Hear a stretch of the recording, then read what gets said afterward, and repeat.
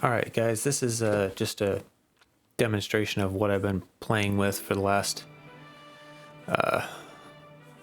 couple of weeks, is learning some about proper color editing and contrast adjustment in videos. So as a practice video, I was playing with this old short for the railroads, and it's really was in pretty bad shape with a lot of washed out and an orange hue.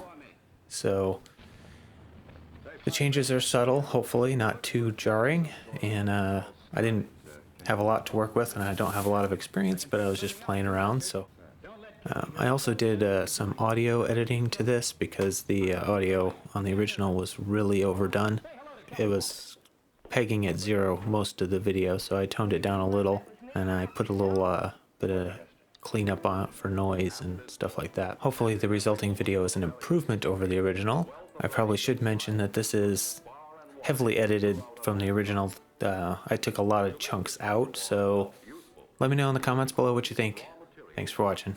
Bye.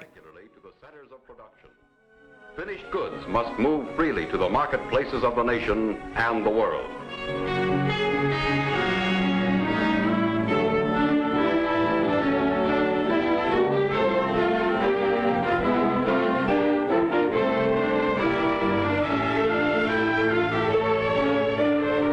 In the endless and indispensable movement of materials and goods, the greatest role is that played by the railroads of America. At this moment, the railroads are hauling the food products on which the health and vitality of the nation depend.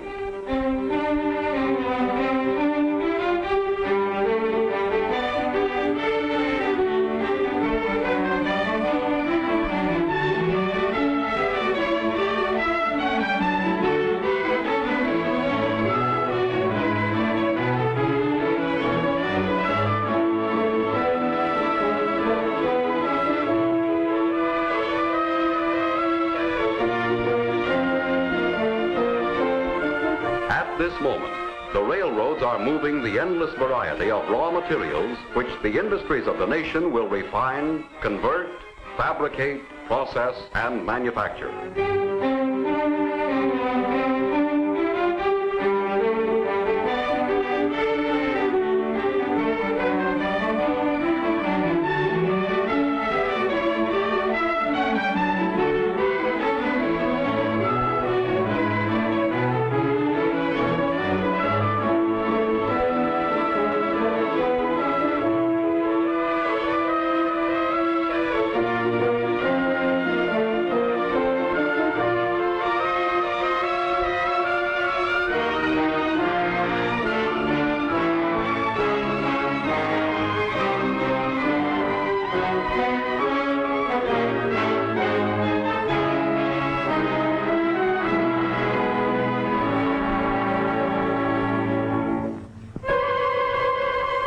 At this moment, the railroads are carrying the finished products of industry and agriculture, which the people of the world will buy, sell, and use.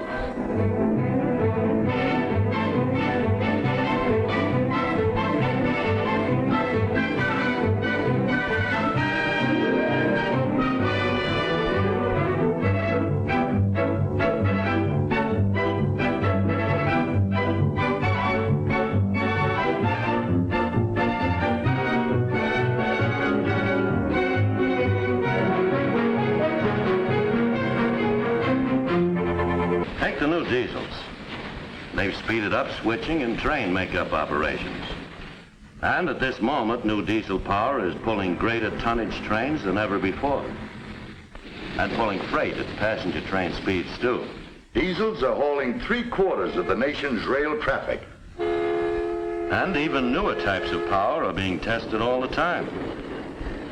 Right along with the new motive power, you can talk about the advances in air brakes. Added power made faster, heavier trains possible. Advances in air brakes make it practical. The force it takes to stop a freight train going 60 miles an hour would be enough to lift that whole train 10 stories in the air. That's a lot of force. How many people realize that with a simple movement of a single lever, an engineer can put that kind of force into action? With just one lever, he has complete and positive control of the longest and heaviest freight train on the steepest grades. Lights show the location of every train. By simply flipping levers, he can put trains on sidings.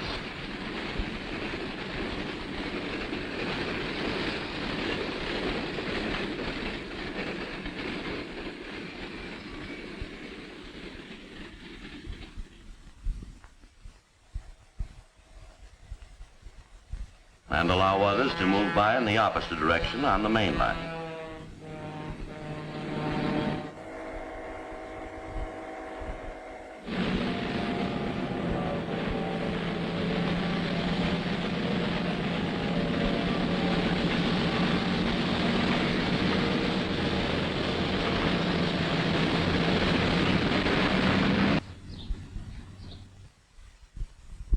Okay, Dick. Flagman's back on. Right. Eastbound 9696 to eastbound 9541. Okay, eastbound 9541. Everything looks good.